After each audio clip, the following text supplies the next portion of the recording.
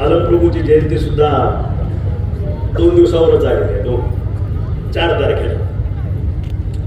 आणि ह्या दत्तगुरु महाराजाच्या चरणी नतमस्तक होऊन आज 1-2 वक्त्यांनी सांगितलं की ही प्रचाराची सांगता सभा एका अर्थानं आणि दुसऱ्या अर्थानं 3 तारखेची विजयी सभा, ह्या दोन्ही गोष्टी हा दुःख शर्करा योग आज आपण ह्या ठिकाणी साजरा करतो. ना खरं तर मी महाराष्ट्रभर फिरतो, त्यावेळेस शिवसेना एक होती, त्यावेळेस कमीत कमी 7 ते 8 जिल्ह्याचं नेतृत्व मी केलं, ते लक्षात घ्या. आणि मग आज या भूमनगर परिषद असेल, आपली परांडा नगर परिषद असेल, जिल्ह्याचं ठिकाण धाराशिव असेल, कळंब असेल, उमरगा असेल, तुळजापूर असेल, ह्या आपल्या जिल्ह्यातल्या आणि बाहेरच्या जिल्ह्यातल्या महाराष्ट्रभर आज निवडणुकाचं वारं वाजतंय, त्या ठिकाणी नगारे वाजताय. आणि मग नानाकडे 15 वर्ष सत्ता होती, नानाकडे 20 वर्ष सत्ता होती, काहीच्या लेखी नानाकडे 25 वर्ष सत्ता होती. हा जग ठीक आहे. मग अशी आमच्या लेखीने सांगितलं की माड्याचं पार्सल माडा, याचं पार्सल त्याला तिकडं, ते ऐकलं. नानांनी सांगितलं की 15-20 वर्ष मी याच्याबरोबर काम केलंय, मी त्याच्याबरोबर नव्हतो, आमदार झाला नाही, हे वास्तव आहे. पण नाना एक लक्षात घ्या, थोडं आत्मचिंतन करायची गरज आहे. या भूमनगरीतल्या माझ्या मतदारांनी कुठलं आत्मचिंतन? कारण ही जनता सुद्धा विटली. मी 1,500 एकर जमानत आहे, मी राजा आहे, मी महाराज आहे, मला काहीच कमी नाही, मला कोणाला काही मागायचं नाही, हे सगळं मान्य. पण वास्तव ते विसरतात की भारताला स्वातंत्र्य 1947 ला मिळाले, राजेशाही संपलेले आहे, वतनदार संपलेले आहेत, आणि खऱ्या अर्थानं या लोकशाहीमध्ये राजा म्हणून जो बसलेला आहे हा समोर बसलेला आहे. म्हणजे आज 77-78 वर्ष झाली, ह्यांच्या डोक्यातली राजेशाही अजून गेलेलीच नाही. अरे आपण हुकुमशाही गेलेली नाही, लोक तुमचा राजेशाही गेलेली नाही, लोकशाहीत वावरतोय आपण. आणि लोकशाही अशा लोकशाहीमध्ये की ज्यामध्ये जगामध्ये 1 नंबर लोकशाही असलेला हा भारत हा देश आहे, त्या ठिकाणी तुम्ही राहता आणि हुकुमशाहीचे गोडवे गाता. आम्ही राजे, येऊ नका ना बाहेर तुमच्या राजमहालातनं, काही गरज नाही. तुमच्या डोक्यातनं राजेशाही जात नाही आणि काहीच्या डोक्यातनं वारसदार जात नाही. हा गुण आहे. मीच पाहिजे, माझंच असलं पाहिजे. मी का पाहिजे? माझा बाप आमदार होता म्हणून मी पाहिजे.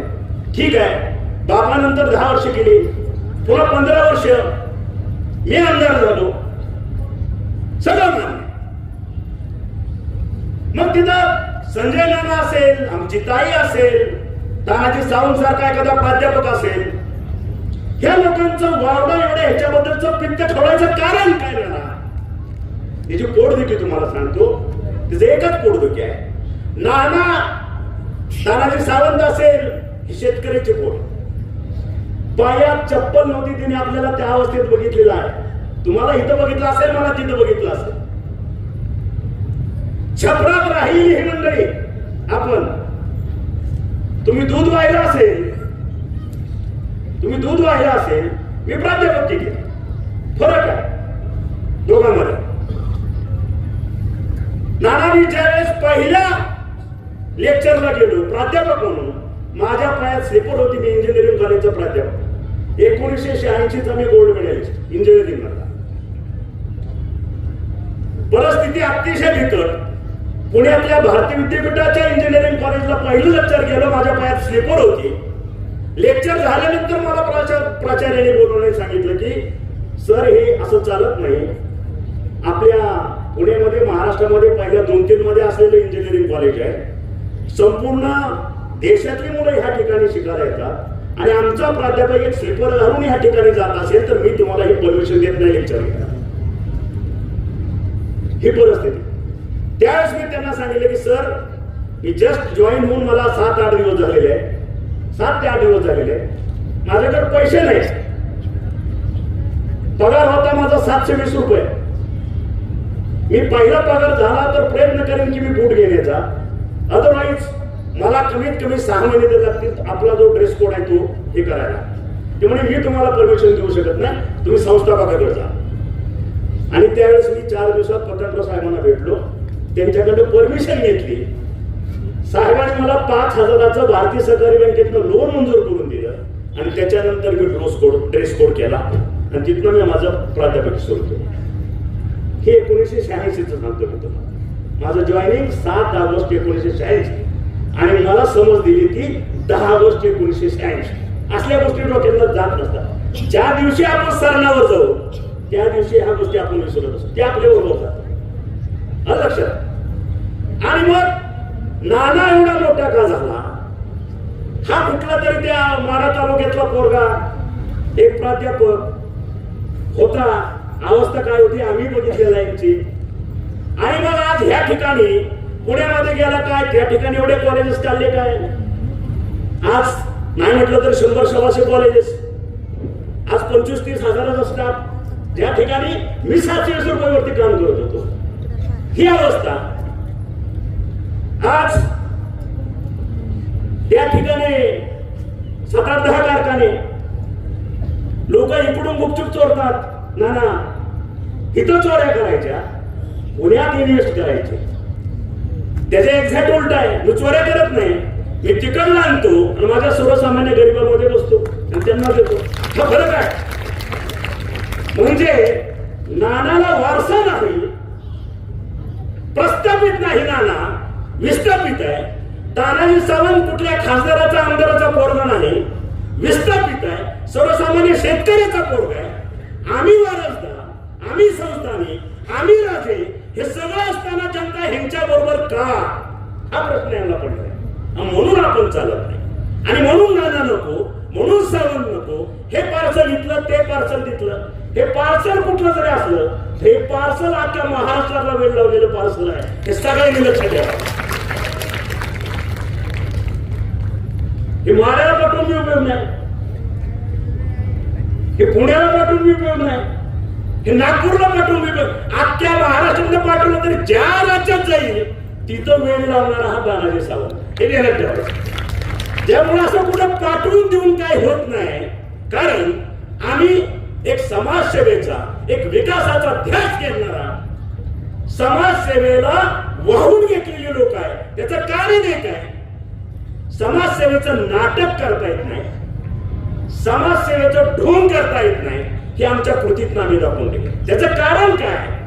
त्याचं कारण आहे ज्या घराण्यात आम्ही जन्मलो, ज्या पिढ्यात आम्ही जन्मलो, ज्या छपरात आम्ही जन्मलो, त्याचा साक्षीदार छपर असल्यामुळं सर्वसामान्याच्या घरात काय चालतंय हे हृदयाला आमच्या भिडतं. म्हणून आम्ही समाजसेवक आहोत. हा फरक तरी समजून घ्या. हा फरक आहे. आमची दुःख, आमच्या लोकांची दुःख हे आम्हाला कळतात. तुमच्या राजेशाहीला आणि तुमच्या वारसाला ही दुःख कळणार नाही हे छाती ठोकून सांगतोय. हा फरक आहे तुमच्यात आमच्या. राहायला विषय सुंदरतेचा. आमचे आईबाप जर सुंदर असते, आम्ही बी सुंदर जन्मलो असतो. आम्ही नकटे वक्ते ठुसके कसे का असे ना, पण आमचं अंतकरण शुद्ध आहे, आमचे विचार शुद्ध आहेत, आमचं चारित्र्य शुद्ध आहे. त्याच्यावर आम्ही तुम्हाला चॅलेंज करतो. आणि म्हणून ही जनता, सर्वसामान्य जनता आमच्या पाठीमागे असण्याचं कारण हे आहे, आम्ही तुमच्यातले आहोत. आम्ही तुमच्यापेक्षा वेगळे नाहोत. आमचे विचार तुमचे विचार एक आहे, आमचं राहणीमान तुमचं राहणीमान एक आहे, आमच्या चुलीवरची भाकर तुमच्या चुलीवरची भाकर एक आहे. आम्ही आंब्याखाली झोपलो, तुम्ही बी आंब्याखाली झोपता. आम्ही शेतात फिरतो, तुम्ही शेतात फिरता. आम्ही शेतात फिरतो, आम्ही घोड्यावरनं फिरत नाही. आमच्या पायाला माती लागते जमिनीतली, आमच्या कपाळाला आम्ही ती माती लावतो, आम्ही तिला माता म्हणतो. हा तुमच्यातला आणि आमच्यातला फरक. कळलं ना ना? आणि तुम्ही जे म्हटलं ना की ह्या चौकात मी मारलं, मी असं केलं, कुणाला वाईट वाटलं असेल? कुणाला वाईट वाटलं नाही, कुणाला वाईट वाटलं नाही. हे समोर जे बसलेले आहे ना ही जनता, ह्यांना कधीच वाईट वाटणार नाही. कारण तुम्ही अशा माणसाला शिक्षा केलेली आहे, अशा माणसाला की तो ह्या संपूर्ण जनतेला जर त्रास देणार असेल, त्या ठिकाणी कोणीतरी स्वतःच्या जीवावर उदार होऊन पुढे जाणारा माणूस लागतो, आणि तो तुमच्या रूपाने ह्या जनतेनं पाहिलेला आहे. त्यामुळे चिंता करायचं काय कारण नाही. आणि राहिला विषय दादागिरी, दडपशाही कुठे चालले हे पहिल्यांदा तुम्ही मला बोललाय. असले मी भरपूर बघितलेले.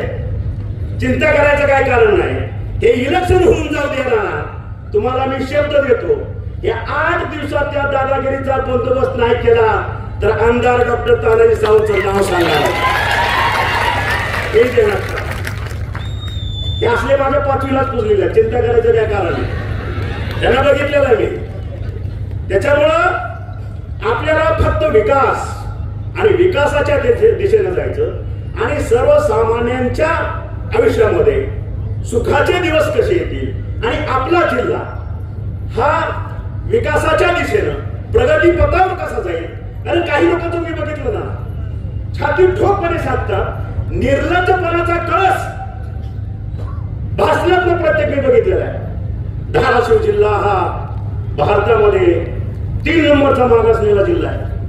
हे छाती ठोकपणे बोलायचं. मग कोणी ठेवला? स्वातंत्र्यापासून आजपर्यंत 77 वर्ष धाराशिव जिल्ह्याचं मागासलेपण ठेवण्याचं पाप कोणी केलं? 40 वर्ष सत्तेत होता तुम्ही, तुम्हाला राज्यमंत्र्याचा दर्जा होता, तुम्हाला वारसा होता.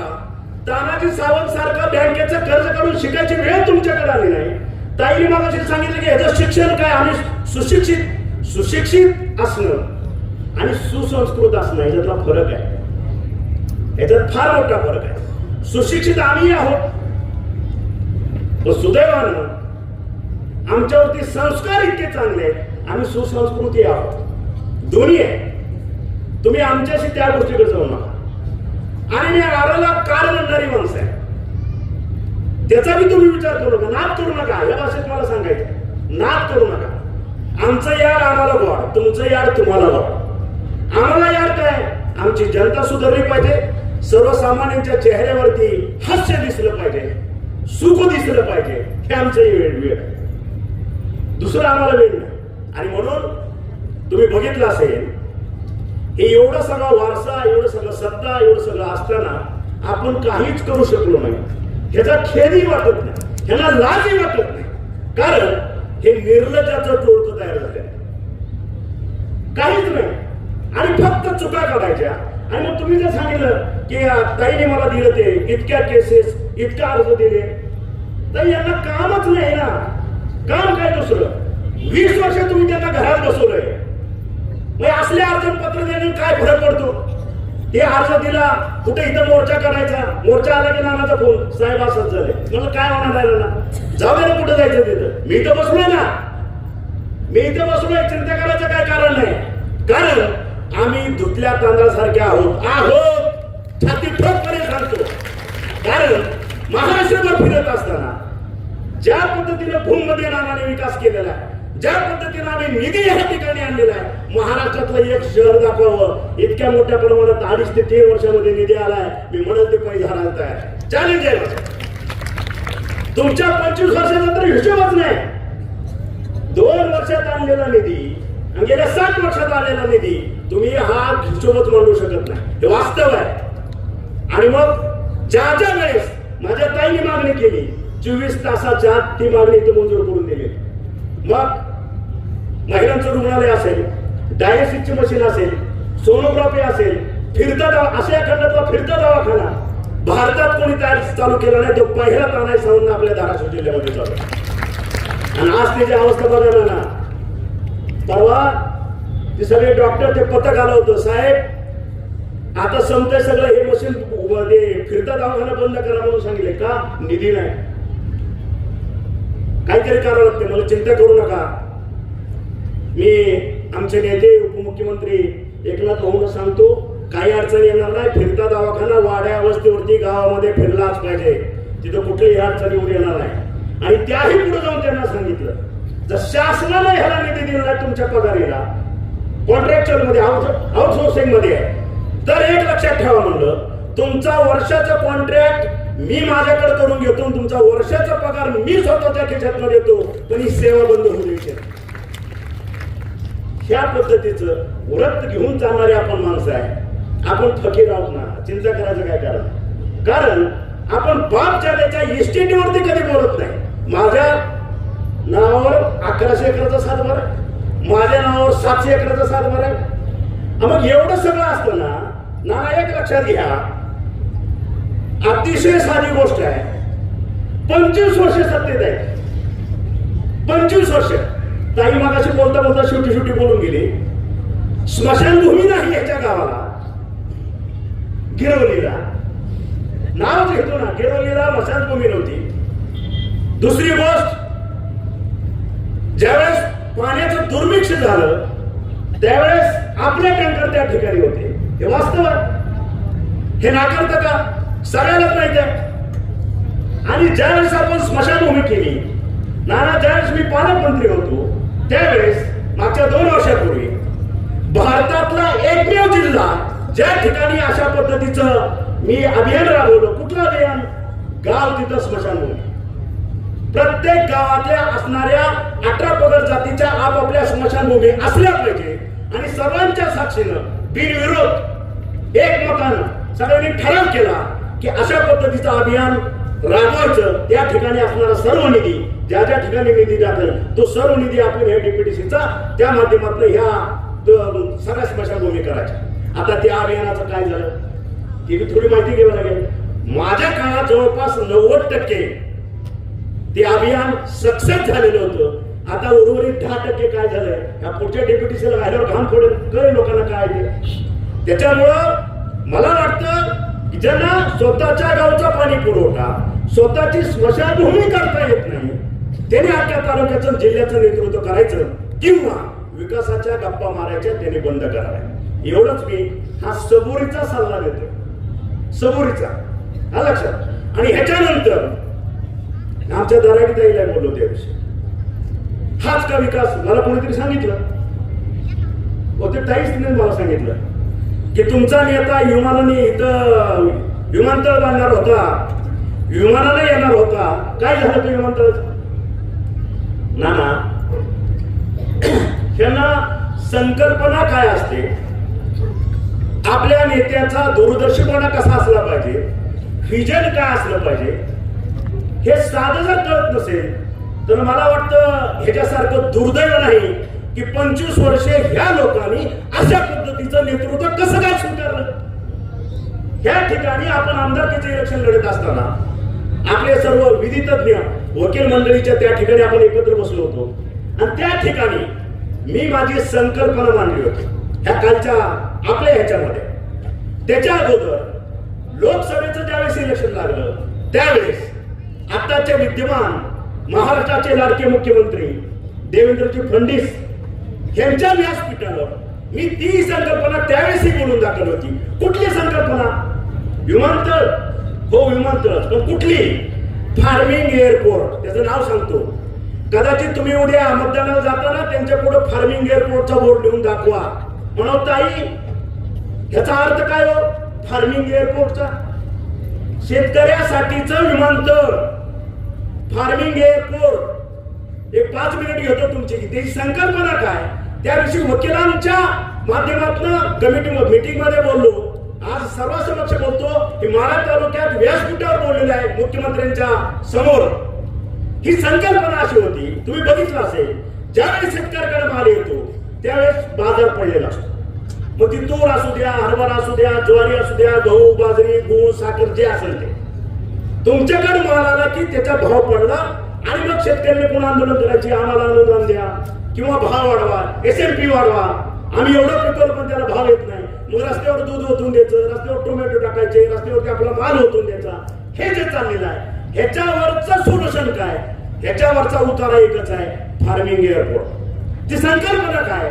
मी तरी अशी संकल्पना दिली होती की प्रत्येक जिल्ह्याच्या ठिकाणी एक फार्मिंग एअरपोर्ट असलं पाहिजे आणि ते फार्मिंग एअरपोर्ट त्या जिल्ह्यातल्या सर्व शेतमालांची वाहतूक करेल आणि प्रत्येक तालुका त्या जिल्ह्याच्या याला एक फोर लेन जोडला पाहिजे. तो रोड कॅरिडॉर म्हणून होईल. त्या तालुक्यापासून त्या जिल्ह्यापर्यंतचा तो रस्ता हा बिझनेस कॅरिडॉर म्हणून होईल आणि त्या ठिकाणी माझ्या शेतकऱ्याचा माल 24 तासाच्या आत जागतिक बाजारपेठेमध्ये पोहोचेल. समजा माझी द्राक्ष असतील, त्या काळामध्ये माझी द्राक्ष वाहतूक झाली, 24 तासाच्या आत माझी द्राक्ष इथून दुबईला गेली. आज माझ्या इकडे जर 100 रुपये भाव असेल तर माझ्या अंदाजानं दुबईमध्ये कमीत कमी 700-800 रुपये भाव त्यावेळेस असतो. म्हणजे माझ्या शेतकऱ्यांचे 100 रुपये आणि मधल्या दलालाचे समजा 200 रुपये, 300 रुपये, कमीत कमी माझ्या शेतकऱ्याला 100 रुपयाच्या ऐवजी 200-300 रुपये घर बसल्या जागेवर मिळतील. ही ती संकल्पना आहे. हे फक्त द्राक्षाच्या बाबतीत. मग तुमचा तेल असेल, खवा असेल, साखर असेल, टोमॅटो असेल, जे काय आपल्याकडे पिकतं तो प्रत्येक शेतीचा माल जर ह्या पद्धतीने केलं तर मला खात्री आहे माझा शेतकरी तुमच्या शासनापुढे कधीच झुकणार नाही, वाकणार नाही, हात पसरणार नाही. मला अनुदान द्या, मला मदत करा. कारण त्याच्या समोर दररोजचा तक्ता असेल. आज माझा शेतीमाल हा आहे, ह्याच्यासाठी मार्केट माझं कुठलं आहे त्या ठिकाणी तो माल जाईल. ही संकल्पना आहे ती. त्याचा डीपीआर माझ्याकडे तयार आहे आणि मी तुम्हाला सांगतो एक ना एक दिवस मी जे आज इथं बोलतोय फार्मिंग एअरपोर्ट ही संकल्पना भारत सरकार स्वीकारल्याशिवाय राहणार नाही आणि तोपर्यंत मी माझा पाठपुरावा चालू करणार. ही संकल्पना आहे आणि ते ह्या नगर परिषदेच्या एवढ्या छोट्या निवडणुकीमध्ये आमच्या ताई काय म्हणाल्या, तुमचा नेता विमानतळ बांधणार होता त्याला इथे येणार होता. अगं ताई, तुझ्या बुद्धिमत्तेची मला कीव करायची वाटते. जी ताई म्हणाली माझी मागाशी छोटी की आम्ही आमचं सुशिक्षित, हे जर सुशिक्षितपणाचं लक्षण असेल तर ह्याला म्हणायचं काय? ह्याला ह्याचा अर्थही कळत नाही. आता ह्याला माझ्याकडे उत्तर नाही ह्या गोष्टीला आणि त्याच्यामुळं आपला जो नेता असला पाहिजे तो धडाडीचा, लात मारेल तिथं पाणी काढेल अशा पद्धतीची भावना त्याची असली पाहिजे. सर्वसामान्य जनतेप्रती त्याला आदर असला पाहिजे. सर्वसामान्यांच्या दुःखात तो स्वतःला झोकून देणार असला पाहिजे. त्याचं प्रतीक तुम्ही बघितलं. मगाशी एक उल्लेख केला, ताईने केला की तुम्ही केला. शिवजन क्रांती आम्ही केली 2016. काय माहित नव्हतं. 750 किलोमीटर रस्ता, आपला नाला खोलीकरण, नदी खोलीकरण, सरळीकरण, गाळ काढणं सगळं केलं चेला निर्माण. आणि आज अभिमानानं सांगायचं वाटतंय जी मागं गेल्या 2-3 महिन्यापूर्वी आपल्याकडे अतिवृष्टी झाली, जर ते केलं नसतं तर जवळपास भूमपरांडा वाशीमधले शेकडो लोक मरण पावले असतात. कारण पाणी त्या नदीला गेलंच नसतं. हे वास्तव आहे. आज लोक येऊन सांगतायत त्यावेळेस केलेलं काम आज कसं कामाला. त्यावेळेस ही नावं ठेवली, त्यावेळेस सुद्धा नाव ठेवली शिवजन क्रांतीला, ज्या पद्धतीने शिवजन क्रांती केली. आणि त्याच्यामुळे नाना मला एक वाटतं तुम्ही आता झोपलेला नाही, शांत जाऊन झोपा आणि डायरेक्ट 3 वाजता मतदानाला जा तुम्ही. लक्षात, ह्या जनतेनं पक्क ठरवलं आपल्याला काय करायचं, काय करायचं हे ठरवलं. तुम्ही चिंता करू नका. मी एकच सांगतो तुम्हाला, कोणाला आजच उजवायचं आहे. 20+1 20+1 तिथं आपल्याला तडजोड करून चालत नाही आणि नुसतं निवडून यायचं नाही, समोरच्याचं डिपॉझिट झालं पाहिजे की पुढच्या वेळेस पुन्हा पॅनल उभा करायची सुद्धा त्यांच्या मनात तरी स्वप्नात सुद्धा आलं नाही पाहिजे. ही भावना आपण ठेवूया. आणि दुसरी गोष्ट ना, आपला नाद ह्यानी करू नये. मी स्पष्ट सांगतो. आलं लक्षात, ह्याने आपला नाद करायचा नाही. ह्यांच्या आका बाका जे जे कुणी आहेत मला सगळं माहिती आहे. चिंता करायचं कारण नाही, अजिबात नाही. ज्या ठिकाणी आपण दोघं एकत्र आहोत इथंच विषय संपलेला आहे. हे ध्यानात घ्या. हे खरं एक विचार करायला पाहिजे. ज्यावेळेस नाना आणि सावंत एकत्र आहेत, पॅनल उभा करायचा का? खरं तर हे ठरलं. हे जे शहाणे असतील हे पॅनलच उभा केला. म्हणजे ही मूर्खाची जत्रा आहे. त्याच्यामुळे त्यांच्या नादाला लागायचं कारण नाही. कारण 3 तारखेला आणि 2 तारखेला ही जनता त्यांना गाळल्याशिवाय स्वस्त बसणार नाही. हे जनतेच्या वतीने मी तुम्हाला वचन देतो. हे ध्यानात ठेवा. त्यामुळे चिंता नका करू. त्याच्यानंतर महत्वाची गोष्ट ना आपण ताईने मागाशी हे केलं की कुणी या ताईने का त्या ताईने मागाशी सांगितलं कोरोना काळामध्ये आमदार कुठे गेले होते 240 गावात माझे आमदार फिरले मी कुठे गेलो होतो. आता त्याच्यातलं एक छोटस उदाहरण सांगतो ना. प्रत्येक प्रश्नाला तर उत्तर द्यावंच लागेल ना यांच्या माझ्या शैलीत नाही का. कारण त्यावेळेस प्रशासनालाही संपूर्ण माहित आहे संपूर्ण आपल्या जिल्ह्यालाही माहित आहे आणि महाराष्ट्रामध्ये दोनच असे हॉस्पिटल होते त्या ठिकाणी 100% मोफत सुविधा मोफत उपचार होते. एक मुकेश अंबानीचं मुंबईला आणि दुसरं साध्या प्राध्यापकाचं तानाजी सावंतचं बार्शीला 1000 बेडचं हॉस्पिटल संपूर्ण मोफत. त्यावेळेस 20 ॲम्ब्युलन्स आपण ह्या ठिकाणी पाठवून दिल्या. मला वाटतं वाशीला चेकिंग व्हायला 48 तास लागत होते ते रिपोर्ट याला. मला तिथल्या डॉक्टरांनी सांगितलं सर 5.5 लाखाच्या 2 मशीन आहेत आपल्याला हे आणावं लागतील तर हार्डली अर्ध्या तासात ह्याचा चेकअप होतो. 24 तासाच्या आत 5.5 लाखाच्या स्कॅनिंग करणाऱ्या मशीन मी पुण्यात आणून तिथे बसवल्या आणि त्याचा अर्ध्या तासात रिपोर्ट यायला सुरू केले. त्याच्या पुढं रेमडेसिवीरची औषधं ती काय गोळ्या वगैरे माझ्या नंतर 75 लाखाची औषधं मी 2 दिवसामध्ये पाठवून दिली. त्याच्यानंतरच ऐकून घ्या त्यावेळेचे असणारे कलेक्टर आणि त्यावेळेचे तिथे आपले सिव्हिल सर्जन हे नाही माहित आहे. आपलं जे धाराशिवचं हॉस्पिटल होतं जिल्हा रुग्णालय त्या हॉस्पिटलमध्ये जे काही ऑक्सिजन O2 देत होते आपल्या पेशंटला मला फोन आला कलेक्टर साहेबांचा आणि CSTची मीटिंग झाली होती. मी पुण्यात होतो. साहेब आमच्याकडे फक्त 12 तासाचा ऑक्सिजन राहिलेला आहे स्टोअरला आमच्याकडे जागा नाही. हे माहिती का सगळेजण जे बोलतोय 2021 ला जे केले ते सांगतोय त्यांनी विषय काढला म्हणून सांगतोय. कारण समाजसेवकाची जात हे केलेलं सांगण्यासाठी नसते तो फक्त निरंतर कर्म करत असतो. त्यांनी विषय काढला म्हणून सांगायची वेळ आली. मला त्यांनी फोन केला ना इथल्या त्यावेळेच्या पालकमंत्र्याला फोन केला ना कुठल्या आमदाराला फोन केला. त्यांनी मला फोन केला साहेब ऑक्सिजन फक्त 12 तास आहे. ह्या पेशंट आज जवळजवळ 400-500 पेशंट ह्या ठिकाणी आहेत यांचं करायचं काय ह्या चिंतेत आम्ही. म्हणलं तुम्ही सांगा सोल्युशन मला द्या मी करायला तयार आहे. म्हणे जालन्याला ड्युरा सिलेंडर बरोबर आहे जे छोटे सिलेंडर तुमचे असतात 12 किलोचं का 25 किलोचं 75 किलोचं एक सिलेंडर आहे O2 त्याच्यात बसतो. असे जवळपास 1 कोटीचे सिलेंडर त्या ठिकाणी रेडी आहेत. ज्या पार्टीनं ऑर्डर दिलेली आहे तो त्याला पैसे देत नाही त्याच्याकडे तयार आहे. आम्हाला फोन आला तुम्ही घेणार असाल तर मी तुम्हाला इमिजिएट इथं ऑक्सिजन भरून इमिजिएट सिलेंडर तुम्हाला 4 तासात ते 5 तासात जालन्यावर इथं धाराशिवला येते. म्हणलं कलेक्टर साहेब तुम्ही चिंता करू नका तुमचा फोन ठेवल्यावर 15 मिनिटाच्या त्याला 1 कोटीचा RTGS जाईल.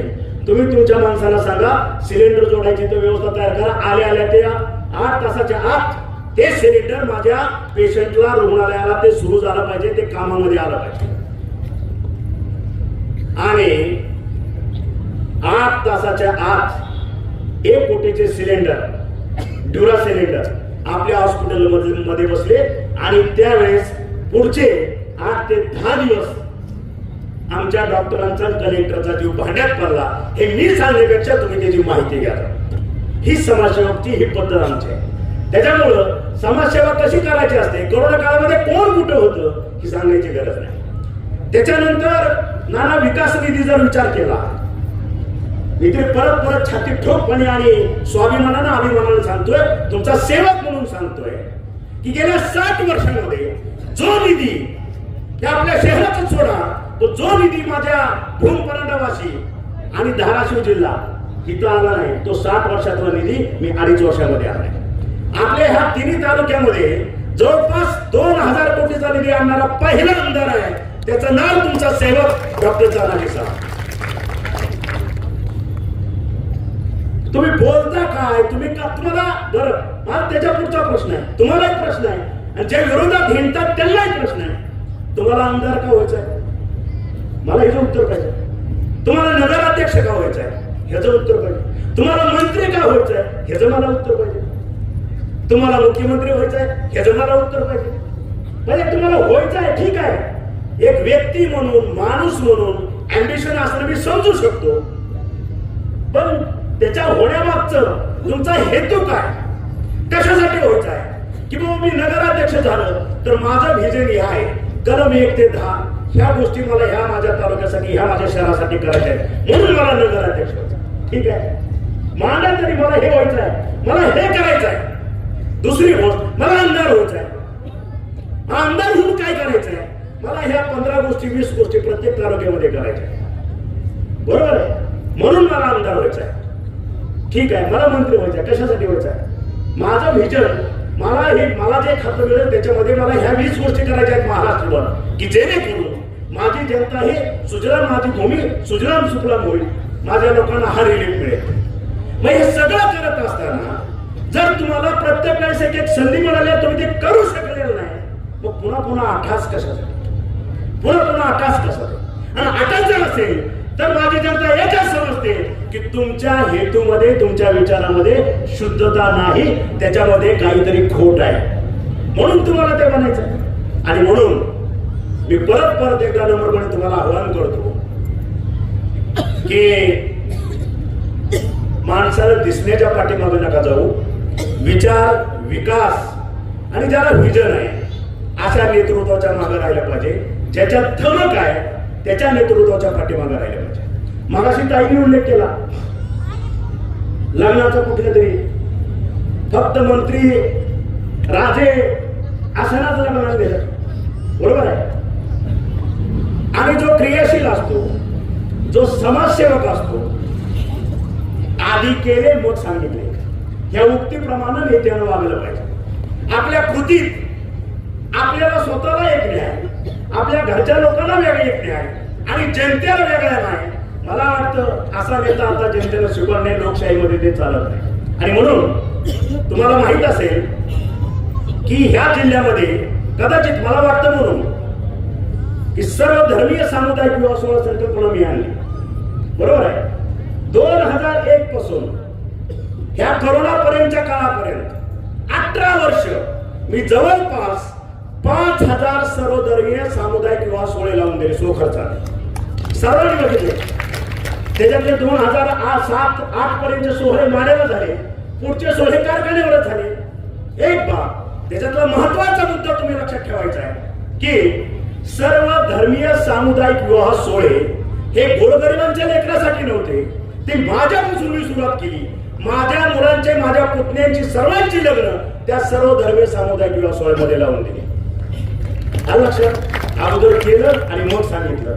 ही सुरुवात स्वतःपासून करायची असते. मी काय करतो, माझ्या जनतेला काय अपेक्षित आहे आणि मी करणं काय अपेक्षित आहे. जनतेला वेगळा नाही आणि माझ्यासाठी वेगळा नाही. जनता कधीही स्वीकारत नसते. जनता शून्य आहे, फक्त बोलत नाही आणि ती बोलते फक्त उद्या आणि पुढच्या येणाऱ्या 2019ला. हे ध्यानात ठेवा. जनता उद्या बोलणार आहे, पुन्हा जिल्हा परिषदेला बोलणार आहे. त्यांना माहित आहे आपल्यासाठी कोण काय करणार. हा राहिला विषय अतिवृष्टीचा. अतिवृष्टीमध्ये आलं, तुम्ही बघितलं असेल ना, अतिवृष्टीमध्ये 4 दिवस आपण थांबून सर्व कार्यकर्ते, तुम्ही आम्ही आज कोट्यावधी रुपये किट आपण आपल्या जनतेपर्यंत पोहोचवले. आज आपण त्यांच्या ऋणी आहोत. आपल्या रक्तमासाचे लोक आहेत, वाड्यावर वस्त्यावर जनावर वाहून गेली, सगळं झालं. अर्धी लोक आम्ही अंतरून धरलं, त्या ठिकाणी कोण पोहोचलो, तुम्ही आम्ही.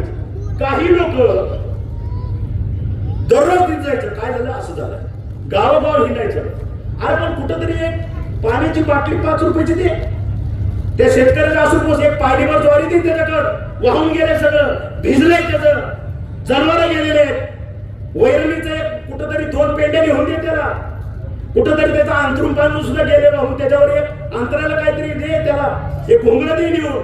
काय केलं हे? एक उदाहरण मला दाखव, म्हणाली पहिलं हायची तयारी आहे. म्हणून ह्या लोकांचं नाव करायला त्या अगदी तळ पाहिजे की मस्तकाला जाते, कारण ही फक्त लोकांना लुटारूची टोळे. ह्यांना सत्ता कशासाठी पाहिजे, ह्यांना नगराध्यक्ष पद कशासाठी पाहिजे, ह्यांना आमदारकी कशासाठी पाहिजे, ह्यांना पद कशासाठी पाहिजे, कारण ही अवलाद सत्तेशिवाय राहू शकत नाही. त्याचं उदाहरण तुम्ही बघितलं असेल, जिकडं सत्ता तिकडं हे विरोधात राहूच शकत नाही.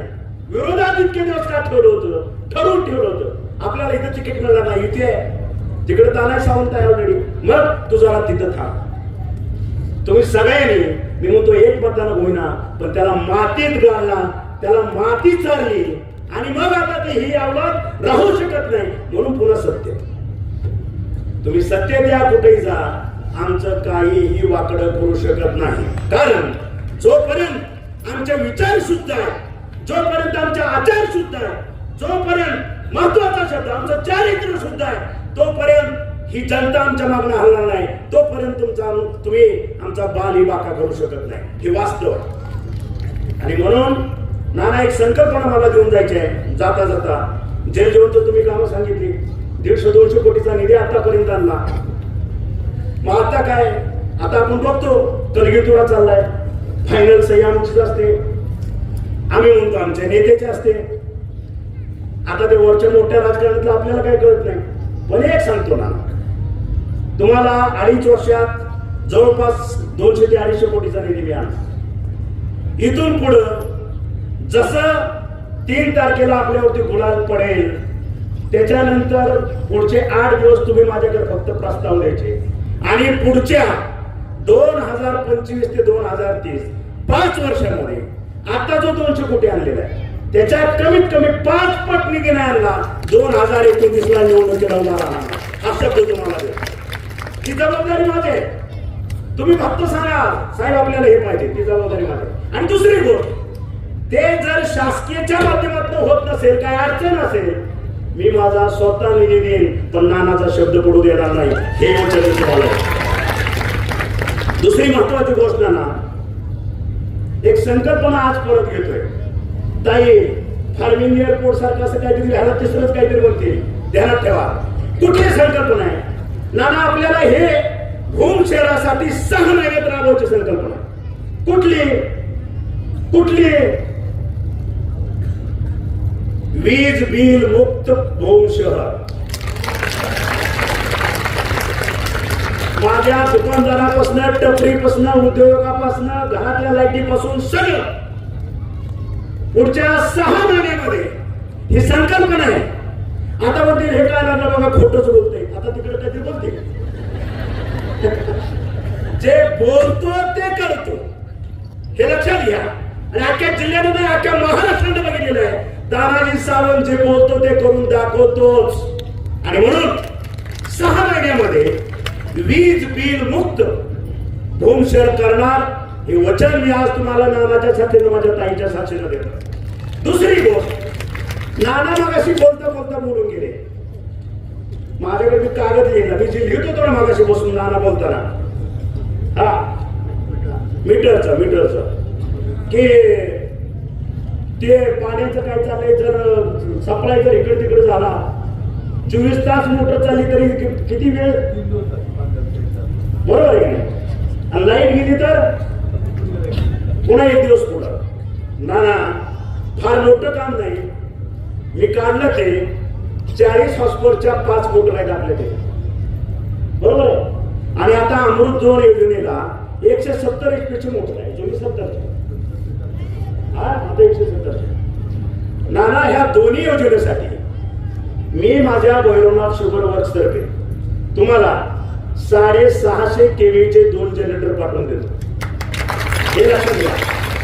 म्हणजे माझ्या भूमवासियाचा लाईट गेली तरी पाणी बंद होणार नाही, याची ग्वाही मी तुम्हाला देतो. त्याचा करंट किती आहे त्याचं काय हेच काढत होतो मी. त्याच्यामुळं 650 केव्हीचे जनरेटर तुम्हाला देतो. जसा गुलाल आपल्यावरती पडेल 20+1, त्याच्या 8 दिवसामध्ये हे जनरेटर त्या ठिकाणी जाऊन बसतील आणि माझ्या भूम शहराचं पाणी कधीही बंद होणार नाही. त्याच्या डिझेलसाठी गॅरंटी घेऊ. असू द्या हो, लक्षात आलं का? त्याच्यामुळं तेही आपण या ठिकाणी तुम्हाला शब्द देतोय. सोलर सिस्टम आपण ह्या ठिकाणी करतोय. अशा विविध विकासाच्या योजना आहेत, विविध स्वप्न या शहरासाठी आहेत. आणि म्हणून मी नानाला सांगितलं, ज्या दिवशी बघितलं त्यावेळी सांगितलं, नाना भूम शहरासारखं भौगोलिक परिस्थिती असलेलं, इतकं स्वच्छ, अतिशय प्रत्येक गोष्ट त्या त्या ठिकाणी टापटीप असलेलं हे एकमेव शहर आहे. आणि म्हणून जशी माझी ताई नगराध्यक्ष होईल, ह्याच वर्षी आम्ही राष्ट्रीय पुरस्कारासाठी भारत सरकारकडे भूम शहराचं आम्ही प्रस्ताव दाखल करणार, ती जबाबदारी सुद्धा माझी असेल. कसं पहिलं पारितोषिक मिळत नाही हेच मी दाखवून देतो. आणि आम्ही पहिली राहिलेली माणसं आहे हमेशा, आयुष्यात दुसरा नंबर घ्यायची सवय नाही. आणि म्हणून या भूम शहराला सुद्धा एक राष्ट्रीय पातळीवर नेण्याचं काम हे ध्येय आज मी तुम्हाला देतोय. आणि म्हणून ज्यांना कुठेही चिमूटवर द्यायची सवय नाही ना, तुम्ही बघितलं असेल मराठा क्रांती मोर्चा झाला, आज वेगवेगळ्या जातीतली लोक त्यांनी आत्महत्या केल्या आरक्षणासाठी. ह्या सगळ्यातल्या लोकांना कुणी मदत केली अख्खा महाराष्ट्र जाणतोय, मला सांगायची गरज नाही. आणि त्याही पुढे जाऊन जेवढे कुटुंबातील ह्या कर्त्या पुरुषांनी आत्महत्या केल्या त्याच्या जवळपास 350-400 लेकरं मी दत्तक घेतलेले आहेत. मला दाखवा हिच्या अवकाश समोर त्याचे 350 ते 400 लेकरं ही माझ्याकडे दत्तक आहे. आणि त्यांच्या पालकांना माझं वचन आहे, जी मुलगी असेल मुलगा असेल त्याच्या हाताला काम आणि त्या मुलीवरती अक्षदा पडल्याशिवाय मी स्वस्थ बसणार नाही. तुम्ही त्याची कुठलीही काळजी करायची कारण नाही. हे आमचं कर्म आहे आणि आम्ही कर्मच करत राहतो, कारण आम्ही अंगाला राख फासलेली माणसं आहे. वरती काय तुमचा अकाउंट नाही, त्या ठिकाणी घेऊन जायचं. जे आहे कर्माचा सिद्धांत इथंच आहे, जैसे करावे तैसे भरावे. जे करतो त्याप्रमाणे त्याला फळ मिळतात. म्हणून उद्याच्या 2 तारखेला माझं नम्र आव्हान आहे,